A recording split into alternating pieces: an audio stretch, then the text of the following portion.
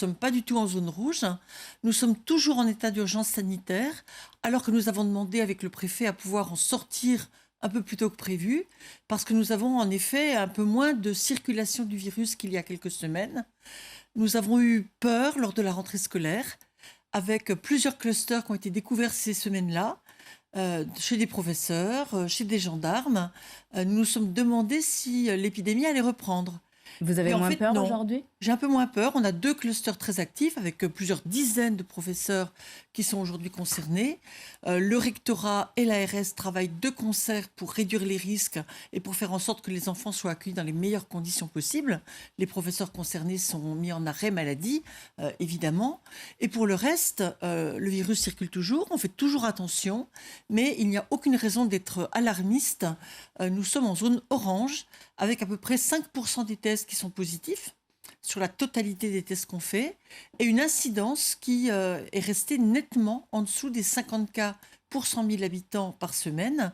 On est pratiquement un des meilleurs départements français actuellement. Donc on a on pourrait avoir en tout cas la chance de sortir de l'état d'urgence sanitaire plus vite que prévu. On l'a demandé avec le préfet, on attend la décision de l'État. On espérait une réponse positive lors du Conseil de défense qui a eu lieu vendredi et qui a été présidé par le président de la République.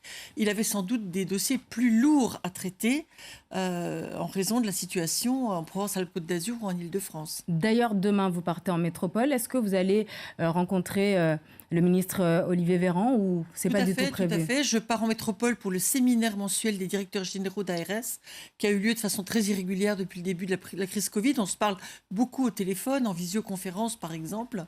Je crois qu'il connaît très bien la situation de Mayotte. Il avait été de ceux qui avaient défendu le renversement des moyens de Mayotte, notamment avec l'avion sanitaire et l'hélicoptère au plus fort de la crise. Je vais plaider pour qu'on les garde, ces outils indispensables, et aussi pour qu'on puisse construire de façon rapide maintenant le 2e hôpital que nous attendons. Le dossier a un peu traîné pendant la crise Covid, mais on en a besoin. On aurait été bien plus à l'aise si on avait eu ce 2e hôpital, et je vais plaider en ce sens ce week-end. En tout cas, dernièrement, l'ARS fait un point hebdomadaire. On n'en a pas eu la semaine dernière. Vous avez envoyé les chiffres tout à l'heure.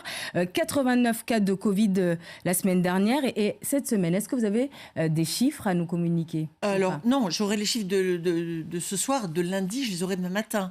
Par contre, on a un petit peu plus de cas qu'on ne pourrait l'imaginer, parce qu'on teste beaucoup, notamment beaucoup de voyageurs. Mais la quasi-totalité de ces personnes sont asymptomatiques. Et vous avez vu qu'il y a un chiffre qui nous intéresse beaucoup. On a seulement 4 personnes qui sont hospitalisées en ce moment, donc aucune en réanimation. C'est un soulagement pour vous? Bien sûr. On n'a pas eu de décès du Covid depuis plusieurs mois. Et donc, c'est quelque chose qui me soulage beaucoup.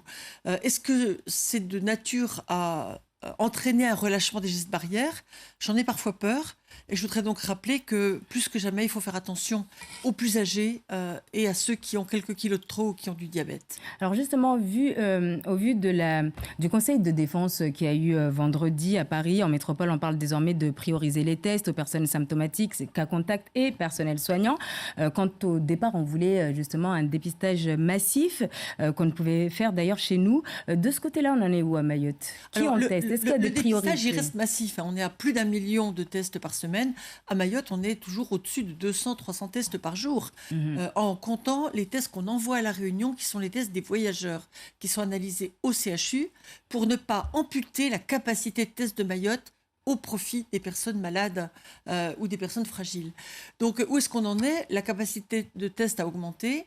Les prélèvements, on peut en faire davantage, mais les personnes qui ne se sentent pas malades répugnent toujours à venir se faire tester. On a aussi un petit irritant dans la chaussure avec la question des tests vers La Réunion. Vous savez que les Mahorais sont contraints de faire des tests quand ils partent à La Réunion. On le fait d'ailleurs de bon cœur pour éviter d'importer du Covid à La Réunion.